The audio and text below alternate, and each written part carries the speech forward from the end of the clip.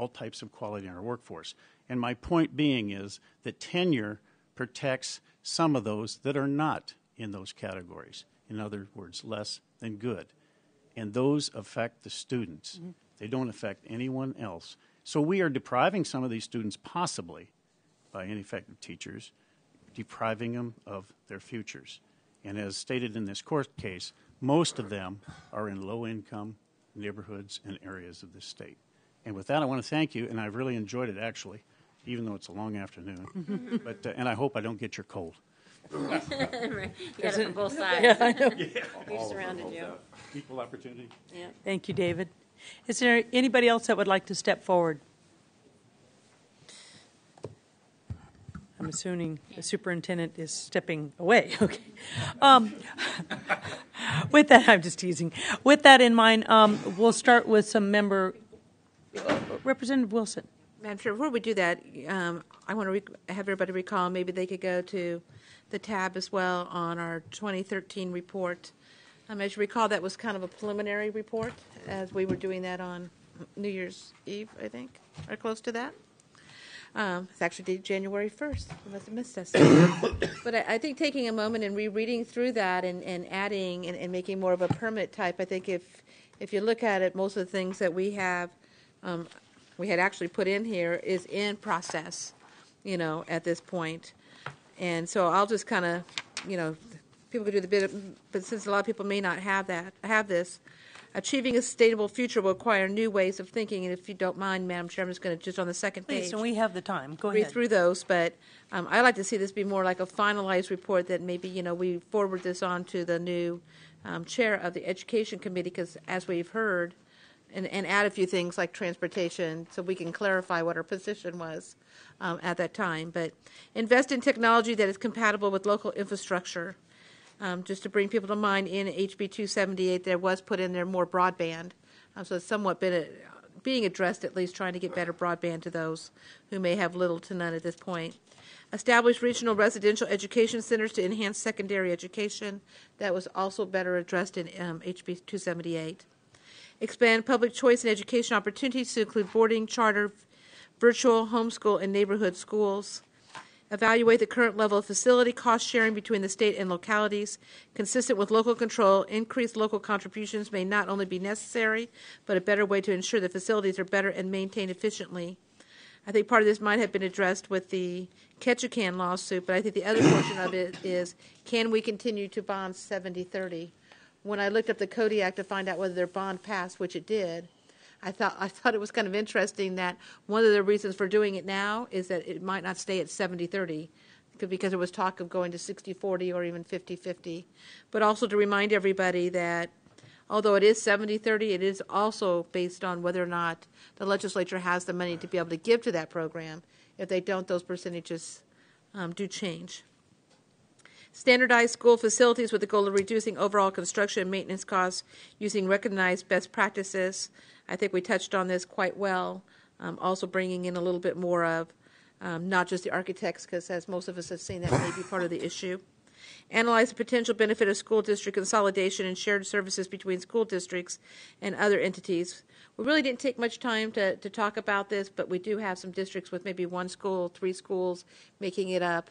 Would it... and this may be something the next task force can look at, grouping them up so that they can utilize at least buying more textbooks at one time, looking at new curriculum as it's necessary, and review and eliminate unnecessary regulations. And then the other portion that we spent a lot of time on that particular day that I recall as we were all online, most of us online, was can we sustain the current amount? And you saw the new amounts, which I think... Mr. Keithley, what was the last amount that we, 1 point? Well, the base student allocation is 1.18. 1,185 million. Yeah, $1,185 million. And as we see all those things going down, Madam Chair, back to it is a formula program as well, but it's also at what level that it's funded could also be an issue as we went forward. And so I don't know whether you want to use it as part of people's remarks. Are there things that we might want to add to this for those to be able to look at before it's finalized. I would like to add the transportation portion in there. I don't just recall the actual discussion we had several years ago, but last year in our subcommittee, we are paying a person indeed to put all this together. And we asked why it was necessary, and we were told at that time to write a statewide contract for those municipalities if they agree on it, so we weren't stepping on anybody. But basically the way it is right now is if one company already has buses here in the state of Alaska and you put out an RFP, a new company can't even compete with those who already have buses here. So it would be, if somebody was large enough, would it be worthwhile for someone to be able to come in and bring, not necessarily new buses, but buses. And then and then the other discussion was on the infrastructure on, unlike Fairbanks where it gets a little bit colder than it does in Anchorage, and it's beneficial for them to have buildings, would more buildings be put up to add to the life if there was more investment going into it? So I would definitely like that added for discussion to make sure that as they're one of two things. I want the position cut if we're not going to do that, because I think the data is already there, or if we're going to go through, give it another year, and as we've got to met up to 2016, can we make a contract like that? And even if only 3 of the districts participate, those are your 3 largest districts going together, could we have a saving? Because I am very concerned that we are now using operating money to bus our students in.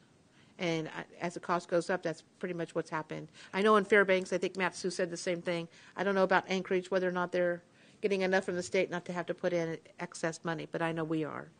So with that, however you would like to take it from here, but I would really like to see some type of finalized paper so that the next group that goes, and with the recommendation, I think having another task force, not necessarily this one, but another one, I think keeping somebody on top. I learned a lot. Things I didn't know that went on. I hope we were able to share it not just with the communities that we were at, but our other legislators. But things are constantly changing this year with new testing, new curriculum, and new teacher evaluation. You can see a lot of change. I hope it's all in the right fashion. And thank you, Representative Wilson. And I think those are some great suggestions. I will ask the task force in their comments if they have some ideas that they'd also like to be put into this kind of ongoing paperwork. Certainly, if you think of something, we have a limited amount of time. So, you certainly want to do it within the next day or so if you think afterwards. So I think that there's a lot of things that we rolled into House Bill 278, specifically the studies. Folks were up in the air not knowing some of the outcomes, so we have those, but we don't have the studies back yet, so that'll make a big difference. Certainly we're out of money, or we're running out of money, so that will make huge changes. And I'd like to think that we got a couple-year head start on to where we're going, so I don't think that a lot of our work was I think we had a great opportunity to do that. With that in mind, let's take some member comments. I know that the guys online, Andrew, now's your turn. Thank you, Madam. There you go. It was so gentle, wasn't it? Yeah, I just had a couple of just 2 closing comments. First off, I sincerely apologize if the caller misinterpreted my comments. Certainly, excuse me. Certainly, my comments were centered around considering diversity when we judge outcomes. I mean, look, there's some great schools we all know in this state that are incredibly diverse, that are 4 and 5 stars, or 3 and 4 stars. We know that. In my comments weren't directed towards any lack of learning or lack of potential, not at all, and I think the committee knows that. And again, I apologize to the caller. Once again, my point is that we have a dramatically changing education environment. In 1992, 29% of the Anchorage School District students identify themselves as multicultural. Last year, I believe it was 55%. So there is a significant shift in population. A lot of English is second language, as we know. And again, my comments certainly can be verified in every bit of data that DEED has supported, has provided us in our packet with regards to student performance. So again, I apologize. The second thing is more general comments about the task force. As I was appointed a member from the business community, I have to say, as a representative of the business community, I'm incredibly disappointed. The work we've done the last 19 months